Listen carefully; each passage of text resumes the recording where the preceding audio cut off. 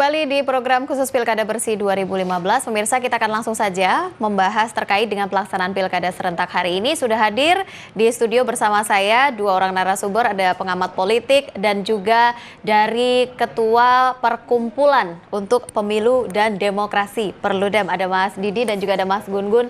Selamat siang. Selamat siang. Sudah ikut nyoblos atau ikut berpartisipasi memberikan komentar?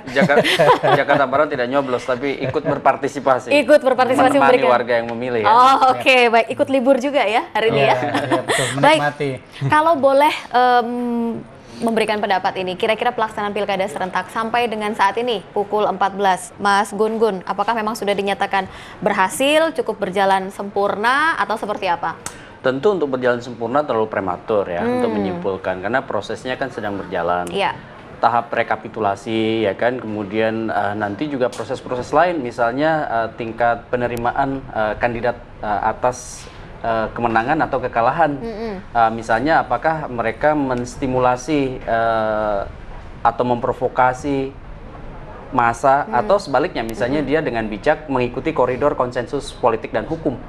Karena kalau misalnya seharusnya dalam konteks demokrasi elektoral kalah menang kan biasa. Ya. Tetapi kerap kali ekspresi kemenangan yang berlebihan atau ekspresi kekalahan yang memprovokasi itu menyebabkan ada ekses pilkada itu menuju konfliknya horizontal. Dan ini tentu akan menjadi bacaan yang negatif untuk penyelenggaraan pilkada serentak itu. Oke, berarti masih terlalu dini ya untuk Terlalu kita dini. bisa menyimpulkan bahwa Faktor lain, misalnya soal partisipasi. Partisipasi politik kan kita juga belum lihat secara keseluruhan ya, secara komprehensif. Misalnya bagaimana partisipasi konvensionalnya, maksudnya datangnya warga ke bilik suara atau ke TPS. Dari TPS itu kan presentasinya nanti kelihatan. Apakah misalnya political performance-nya bagus, karena salah satu indikator political performance adalah partisipasi konvensional ke bilik suara atau ke TPS. Dan partisipasi non konvensional, misalnya partisipasi warga masyarakat untuk mengawal proses pilkada ini. Misalnya tahap rekapitulasi dan berjenjang, itu kemudian dikawal melalui partisipasi publik, misalnya lewat kawal pilkada dan lain-lain. Oke, baik. Mas Didi, kalau boleh saya menanyakan ini terkait dengan Pilkada Serentak 2015. Tadi pagi kami juga berbincang dengan dua orang narasumber begitu ya, mengatakan bahwa pilkada saat ini gegap gempitanya tidak ada begitu. Jadi seolah-olah mungkin masyarakat juga tidak terlalu peduli dengan tanggal 9 Desember, tapi dalam seminggu terakhir diingatkan kembali bahwa tanggal 9 ini kita adalah pilkada serentak. Ini apakah memang sangat berpengaruh begitu terhadap pemilihan di hari ini begitu di Pilkada Serentak 2015? Ya, pertama memang ada beberapa faktor kenapa pilkada kali ini tidak seramai sebelumnya. Pertama karena kampanye sekarang kan dibatasi. 90% biaya kampanye itu ditanggung negara. Sementara yang ditanggung oleh pasangan calon, kalau itu hitungan teoretik ya, itu cuma 10%, yaitu untuk pertemuan terbatas, untuk dialog dan pertemuan tertutup.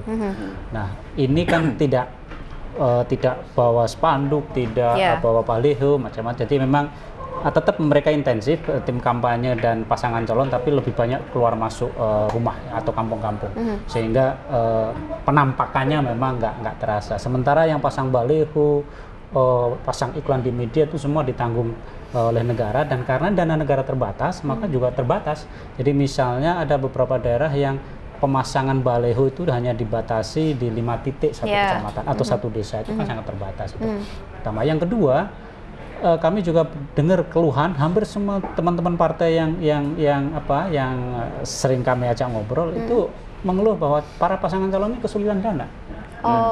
Sehingga dia nggak mampu melakukan kampanye secara maksimal, karena ketika dia turun ke kampung-kampung itu kan sebenarnya ada diberi kesempatan untuk bagi flyer, bagi alat-alat, kaos dan lain-lain. Tapi itu nggak bisa dilakukan maksimal karena keterbatasan dana. Kenapa dana terbatas? Teman-teman partai nggak bisa menjelaskan. Cuman saya duga ada dua. Pertama, terutama di kabupaten kota ya. Kewenangan bupati wali kota sekarang ini kan terbatas, dibatasi, dikurangi. Banyak misalnya soal galian C misalnya, dari tadinya di bupati izinnya sekarang ke gubernur. Nah, akibat banyak kewenangan yang dikurangi oleh undang-undang Pemda yang baru, maka para pemodal ini tidak begitu mau jor-joran. Dia bantu tapi nggak jor-joran. Jadi ada faktor eksternalnya juga gitu ya. Yang kedua, dulu sering disebut cukong-cukong politik. Jadi kampanye pilkada kan berjalan satu ke tempat yang lain. Nah, sekarang ini karena berjalan serentak, maka dananya nggak mungkin bisa maksimal, kan harus dibagi-bagi. Sebanyak apapun dananya, kalau 269 kan berat juga itu. Itu saya kira yang menyebabkan situasi kampanye tidak meriah, sehingga Presiden Jokowi sendiri merasa ini pilkada kok sepi-sepi saja gitu. Artinya dengan suasana yang sunyi senyap seperti ini, apakah memang lebih memberikan nilai positif begitu kepada masyarakat sebagai calon pemilih begitu ya? Kalau dari sisi pemilih, memang saya termasuk orang yang dari awal mengkhawatirkan partisipasi pemilih turun. Pertama karena faktor kampanye tadi, yang kedua terus terang sejak semalam saya berdoa supaya besok tidak hujan, tidak ada banjir, tidak ada longsor. Doa Anda terkabul ya? Ya, amin. Nah, kalau itu terjadi, TPS tergenang saja, itu kan sudah orang-orang sudah malas. Berpengaruh ya. Hujan rintik saja orang udah malas dah. Moga-moga di seluruh tanah air tidak ada hujan, tidak ada, kalaupun tuh ada juga nggak banyak, sehingga diharapkan partisipasi ini datang. Tapi sampai sekarang kita belum tahu persis seberapa besar. Tapi sebagaimana disampaikan oleh Gun-Gun tadi, ini partisipasi ini penting gitu. Tadi sementara kita ngobrol Medan katanya sedikit ya. Medan katanya sedikit karena dugaan saya karena orang kapok berpilkada. Gubernurnya 2 kali masuk penjara. Wali kotanya juga bermasalah. Jadi mungkin juga nggak tertarik lagi. Tetapi di beberapa daerah lain kayak di Tangsel, saya kira partisipasinya cukup. Demikian juga di Depok mungkin akan kira-kira akan sama dengan yang kemarin. Angka partisipasi di pilkada itu sampai 55%, saya kira sudah bagus. Kalau sebelumnya kan 60-65%. Oke, artinya kalau dengan cara pilkada yang sunyi senyap ini juga akan berpengaruh begitu ya terhadap partisipasi masyarakat untuk bisa berperan aktif begitu dalam memberikan suaranya, Mas Gun-Gun? Dalam beberapa hal iya, karena itu kan terkait dengan bagaimana keterlibatan publik ya atas isu pilkada ini. Sebenarnya ada beberapa variabel sih. Variabel pertama tentu sosialisasi oleh KPU, ya kan? Apakah misalnya cukup sukses di beberapa daerah terkait dengan inisiatif untuk mengkampanyekan bahwa pilkada ini penting. Kalau Anda lihat sukses tidak? Saya melihat di beberapa daerah masih jauh ya dari kata memuaskan. Buktinya memang masih banyak yang tidak tahu, ya kan, proses siapa calonnya dan mekanismenya. Meskipun punya pengalaman pilpres dan pileg. Yang kedua itu sangat tergantung juga pada dinamika politik lokal, terutama magnet elektoralnya. Magnet elektoralnya adalah maksud saya kandidat. Coba perhatiin di beberapa daerah memang beberapa kandidat itu tidak menarik minat khalayak ya untuk kemudian datang ke TPS. Nah ini kenapa saya bilang penting, karena sebenarnya figur kan pilkada itu memilih figur, ya kan?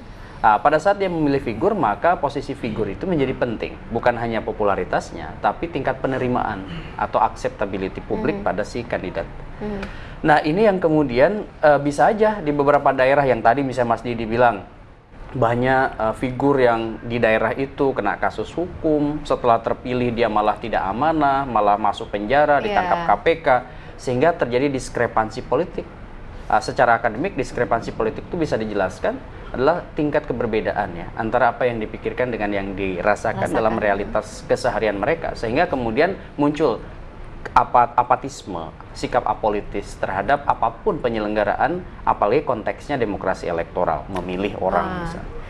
Nah yang ketiga itu sangat ditentukan sebetulnya oleh kerja keras ya dari partai politik. Saya melihat memang institusionalisasi politik di tubuh partai dari pemilu ke pemilu, saya melihat tidak terlalu signifikan pergeseran aktivitas elektoralnya. Maksud saya begini, coba Mbak Rizka perhatiin, modus-modus distribusi dan alokasi orang ke jabatan calon kandidat ya pilkada ini, itu kan kerap kali juga masih mendapatkan kritik yang tajam.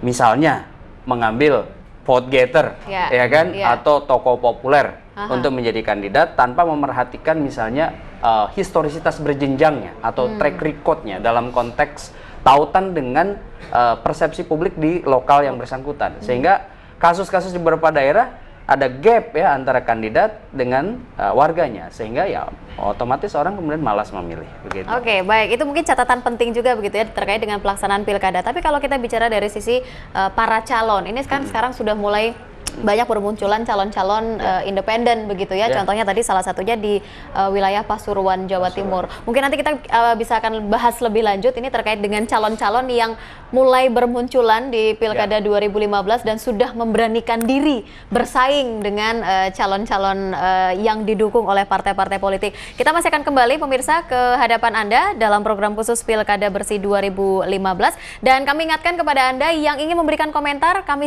persilahkan begitu. Langsung saja ke www.inewstvmobile.com. Silahkan berikan komentar Anda terkait dengan pelaksanaan Pilkada serentak 2015. Atau mungkin buat Anda yang saat ini sedang memberikan pengawalan begitu ya terkait dengan penghitungan suara, silahkan berikan komentar Anda di www.inewstvmobile.com. Program khusus Pilkada Bersih 2015 akan kembali sesaat lagi.